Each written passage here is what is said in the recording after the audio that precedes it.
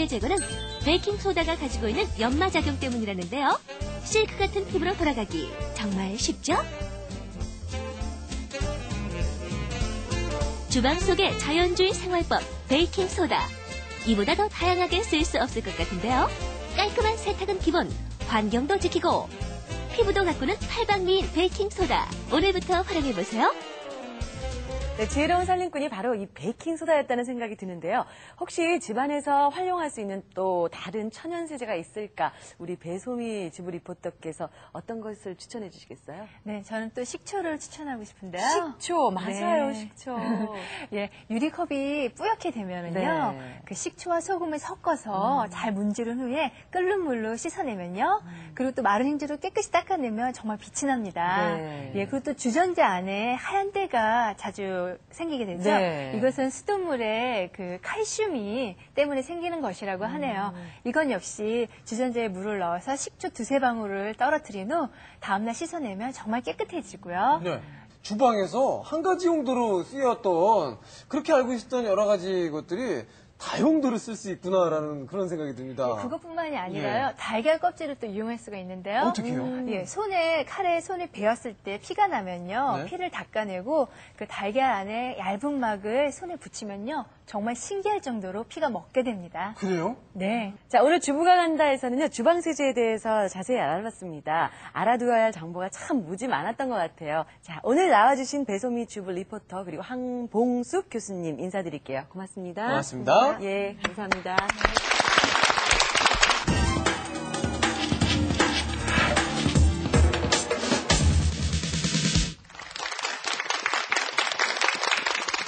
네, 돈이 보이는 수요일의 두 번째 특별한 시간입니다. 돈이 보이는 특강인데요. 자, 오늘은요, 주제가 바로 부동산입니다. 옳다구나! 많은 분들이 이렇게 소리를 지르실 텐데요. 저만 하더라도 부동산 하면은 아무래도 이 땅 부자, 큰 손, 예? 뭐 재개발, 재건축, 이런 것들이 가장 먼저 떠오르는 그런 단어일 텐데, 이런 저를 이렇게 생각을 하시면서 그래서 내가 왔잖아를 외쳐주시는 오늘의 명강을 해주실 특강 선생님 모시도록 하겠습니다. 안명숙 선생님 박수로 모시겠습니다. 예, 선생님. 어서 오세요. 안녕하세요. 네. 안녕하세요. 반갑습니다. 아유, 반갑습니다. 예. 자, 오늘 제가 조금 전에 말씀드렸던 부동산 하면 뭐 큰 손이니 재개발, 재건축 이런 여러 가지 것들이 떠오른다고 이게 사실 그게 떠오르는 것이 이게 잘못된 게 아닌 것 같아요. 사회적인 여러 가지 분위기도 그렇고 그렇죠?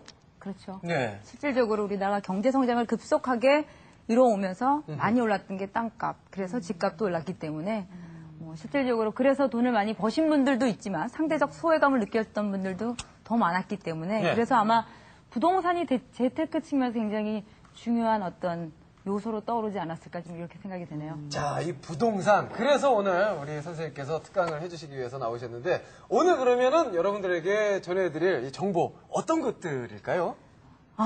초등학생 교과서만 봐도 기초편이 있고 응용편이 있죠. 있죠. 그래서 오늘은 부동산 투자를 하는 데 있어서 여러분이 꼭 알아야 될 7가지 원칙에 대해서 먼저 워밍업으로 시작을 하겠습니다. 네. 오늘의 특강 또 굉장히 기대가 됩니다. 여러분들 큰 박수로 한번 청해 드릴까요?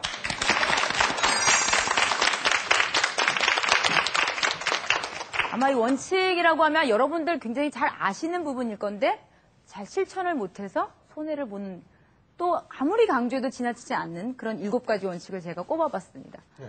혹시 나는 이렇지 않을까? 뭐 이런 것들을 아마 되새겨 보시면서 이 원칙을 좀 머릿속에 깊이 새겨 넣으신다면 부동산 투자를 잘못해서 손해를 봤다라든지 적어도 이런 일은 분명히 없으실 겁니다.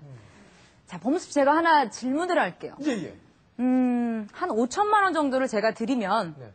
드리는 건 나중에 얘기하고요. 감사합니다. 10년 정도 본인이 어떤 식으로든 뭐 부동산 투자도 좋고 여러 가지 투자를 해서 얼마쯤 모을 수 있을 것 같아요? 5천만 원에 10년이요? 네. 그러면 뭐 한 7, 8천만 원으로는 불릴 수가 있을 것 같아요. 3천만 원 정도. 예. 나연희 씨는 아닌가요? 어떠세요? 저는 한 5억으로 정도 만들어요. 봐요. 이 남자 여자 통이 이렇게 차이가 납니다. 예.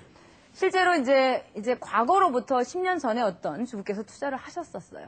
저랑 이제 상담을 했던 그 고객이었는데 그분이 저를 이제 재테크 강의장에 제 강의를 듣고 다음에 이제 저를 찾아와서 나는 이렇게 투자를 했습니다라고 했던 그런 케이스인데 굉장히 친한 친구가 있었는데 남편하고 좀 사이가 뭔가 문제가 있었겠죠. 그래서 갑자기 이혼을 하게 되고 미국으로 가게 됐답니다. 그런데 한 푼도 손에 쥐어진 것도 없이 그냥 홀몸으로 여기서 살기 그러니까 미국으로 쫓겨가다시피 하는 친구 모습을 보면서 이럴 순 없다. 없죠. 내가 이렇게 살아왔는데 너무 허무하다라는 겁니다. 그래서 그날 바로 남편한테 나한테 돈을 좀 달라. 마누라가 이러면 돈을 줘야 안 줘요? 안 주죠. 안 주죠. 안들 주세요? 예, 예. 아니, 이 옆에 내가 왜 이래? 돈 없어? 이러더래요. 그러니까 남편이 회사를 가고 막 다 뒤져봤더니, 주식에 넣었던 5천만 원이 있다라는 겁니다. 어허. 그래서 그날 밤에 남편이 오길래 나한테 저 돈 달라. 라고 했더니, 못 주죠. 뭐 몇십 년 동안 계속 살림만 했던 부인한테 5천만 원이라는 게 지금으로부터 10년 전 굉장히 큰 돈이에요. 지금도 큰 돈이죠. 그렇죠. 그래서 그걸 어떻게 주겠냐. 근데 못 주겠다라고 하니까 하루 동안을 쫄쫄 굶고 단식을 하셨답니다. 야. 그러니까 이제 남편이 부인을 사랑하는 마음에서 마음이 아파서 주셨죠. 그래서 내 부인이 받으면서 앞으로 내가 이 돈을 어떻게 쓰든 또는 어떤 용도로 쓰든 얼마가 남았든 나한테 절대 묻지 말아라. 이야. 이건 내 거다. 라고 받으셨답니다. 자, 이 돈을 5천만 원을 받아들인 주부가 뭘 할까요? 고민되죠. 뭐 사실은 몇백만 원을 가지고 막 모으기 위해서 저축을 했던 그 여느 주부랑 다르지 않은데 그 5천만 원이라는 큰 돈을 10년 전에 집어들고 고민이 됐던 거예요. 그래서 신문을 계속 사서 읽으면서 봤어요. 그러다가 아무래도 서울은 뭐 많이 비싸죠. 10년 전이라 하더라도. 그래서 인천에 있는 어떤 역 앞에 갔더니만 미분양으로 아파트들이 17평짜리들이 널렸더라. 그래서 이제 그때 5채를 사서 대출을 받고 뭐 전세나 월세를 주고 이제 이거 가지고 임대 사업자를 시작을 하게 된 겁니다. 5천만 원을 가지고. 그래서 그게 목돈이 됐는데 그렇게 좋더라는 거죠. 내 이름으로 내 통장으로 돈이 들어오는구나. 얼마나 좋아요. 좋죠. 그래서 그걸 가지고 목돈에서 돈을 모으고 불리고 하다가 10년 동안에 아무래도 이제 부동산 쪽으로 많이 투자를 비중을 두셨던 과정이 있었지만 그래서 결과적으로 지금 얼마 됐는지 아세요? 라고. 궁금해요. 얼마 됐을까요? 글쎄요. 20배, 10억. 10년에 10억 5천만 원으로. 네. 그래서 사실은 이분의 사례에서 중요한 것들은 제가 말씀드리고 싶은 첫 번째 원칙이 나오게 되는 겁니다. 뭐냐? 정부 정책이 굉장히 중요하다라는 겁니다.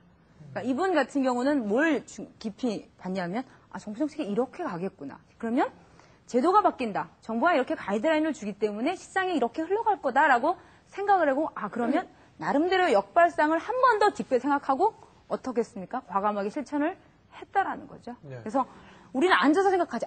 내가 그때 그거 샀으면 나도 얼마 됐을 텐데 그거 안 사갖고 이거 사가지고 이랬다. 이러다니 우리 그때 대출 받아서 내가 사자고 그랬는데 우리 남편이 말 안 들어가지고 그랬다. 그래서 요즘에 상담 오시는 분들이 좀 60쯤 넘으면 부인 손에 끌려서 옵니다.